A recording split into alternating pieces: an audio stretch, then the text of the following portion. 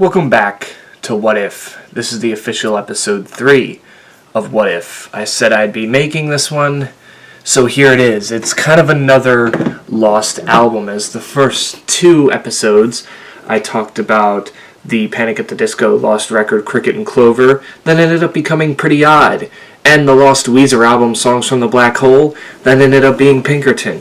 Now, we're going to talk about an album that was kind of scrapped, but in a different reason as when the other 2 were, whereas the other bands were just frustrated with the work they had to do, so they scrapped it.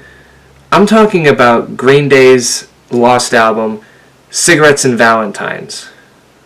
So, this episode is going to be about what if the master tapes to Green Day Cigarettes and Valentines had never been stolen, and we got that album instead of American Idiot. So yeah, let's begin with a bit of background of what this album was supposed to be.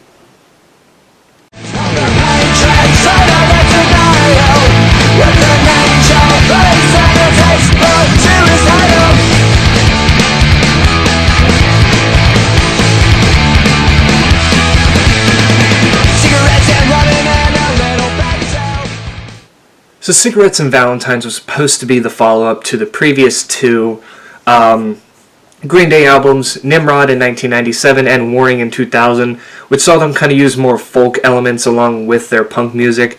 But this album was said to be a return to form from that of the days of Kerplunk, Dookie, and Insomniac. Just your fast-paced, catchy chorus songs of Green Day. It was recorded from July to October of 2002 in Studio 880 in Los Angeles, and like American Idiot was, this album was going to be produced by Rob Cavallo. And there's not much other than during the time when they were ready and the tracks were stolen, Green Day decided to scrap the whole thing and come up with what would eventually be American Idiot. Now, Mike Dirnt admits that the theft was probably a blessing in disguise, as he believed it wasn't maximum Green Day effort, as he put it, and the tapes, they were made, but they were never mixed or anything. So basically, the album was finished, but it was unfinished, as in the songs still had some work done with them. And to this day, Billy Joe Armstrong says he doesn't think the album will ever see the light of day.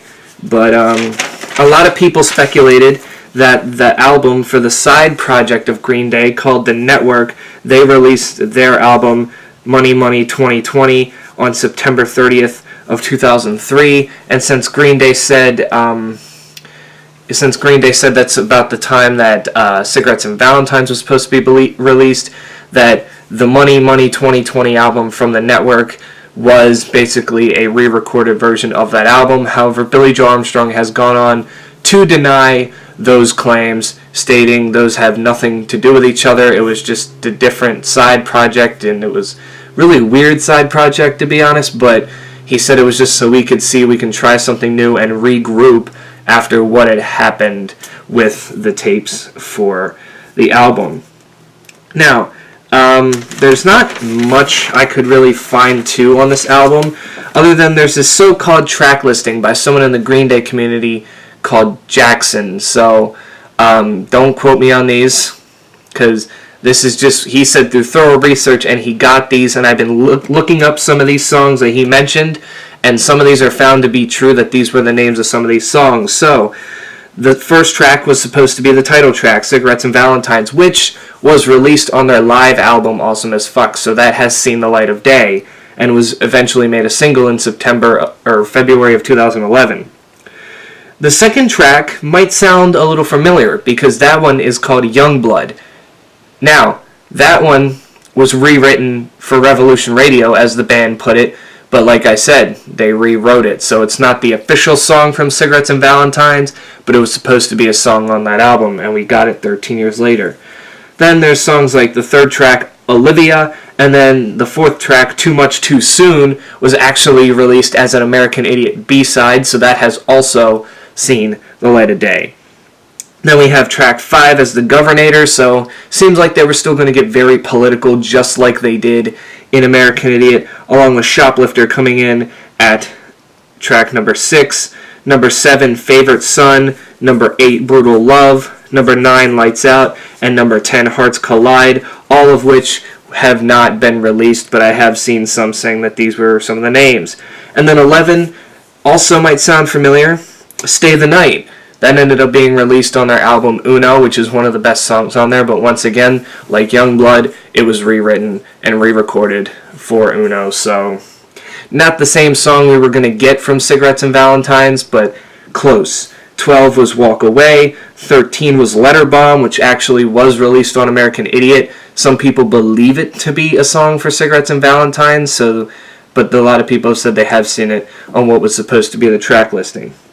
Track 14 is another one that ended up on the album Uno, and that is Oh Love, the big hit off of that album. And then 15, that was supposed to finish it off, was When It's Time. So currently out in the world right now, there's 1, 2, 3, 4, 5, so there's 6 tracks out of the 15 in the world right now. Like I said, majority of those rewritten for other albums and not the original thing. But stuff like Too Much Too Soon and the title track have all been released via a live album and B-sides. Those are really the only 2 that you can say are in their original form. And this one did not seem like it was going to be anything either. I don't think it was supposed to be or intended to be a concept album. Just them still getting very political with things while going back to their older style. Whereas American Idiot, as we all know, that ended up being released, and that ended up being a concept album about war and depression and stuff like that, and that one ended up being a big, big hit. It helped the band come back and basically from the dead, as Nimrod and Warning were not received well. Fans said, oh no, they're coming to an end, and then this happened. So,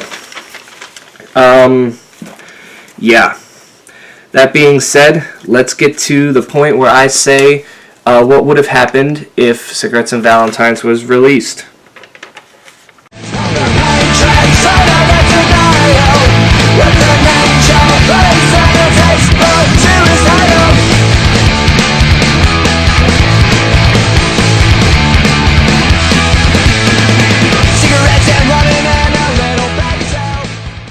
So, as I stated before, because of the master tapes getting stolen and then basically just scrapping the album in itself, they went and they wrote other songs, which eventually became the album American Idiot, which is one of their biggest albums to date, and it had been their biggest since Dookie in 1994. If Cigarettes and Valentines was released over American Idiot, I don't know if Green Day would have had a big comeback like they did with it. You know, because Green Day recently did it again in 2016 with their album Revolution Radio. They made this humongous comeback that nobody really saw coming. And with Cigarettes and Valentines, it just seemed like it was going to be just them, you know, giving them what the fans wanted, which was to go back to the older style of the days in the 90s. But at the same time, I don't think it would have garnered songs. I mean, you look at how many singles and how many big hits came off of American Idiot, from Boulevard of Broken Dreams to Wake Me Up When September Ends, American Idiot, the title track, Jesus of Suburbia, just Holiday. It goes on and on with the amount of hit songs that were on that album. This one, it just, I don't know. I mean, you listen to you see the 6 songs that are out now and you're like, I know that one, but back then, with the direction they were deciding to go, I don't know if it would have gotten the recognition it would have. Everybody would have said, oh, well, here they are with their new album. They still would have got, you know, publicity out there, but at the same time, I don't think it would have had them made a massive comeback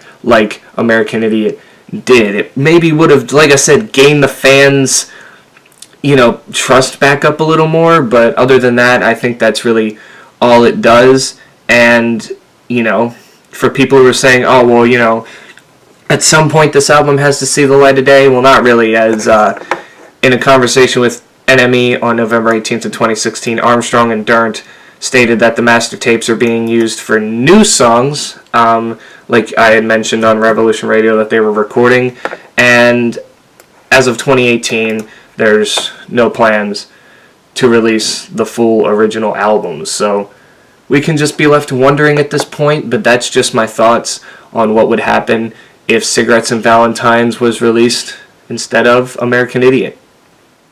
So yeah, that does it for What If Episode 3, the official Episode 3, or like I said, Episode 4, depending on what you want to call my bonus episode, Episode 2.5, or Episode 3, whatever. But anyway, tell me in the comments below another What If you would want me to do, because I'm trying to think of more ideas for the series, because it's an interesting series for me to go look up this stuff, and I have a feeling that you guys are very intrigued with these. You either say, oh, I didn't know that, or oh, it's cool to get more insight on something like this. So, yeah, I'll think of something, but if you want to, help me out in the comments below and let me know what you want to see on What If. So, yeah, that does it. I hope you guys enjoyed. Please remember to like and subscribe if you're on Facebook, share, and I'll catch you guys next time.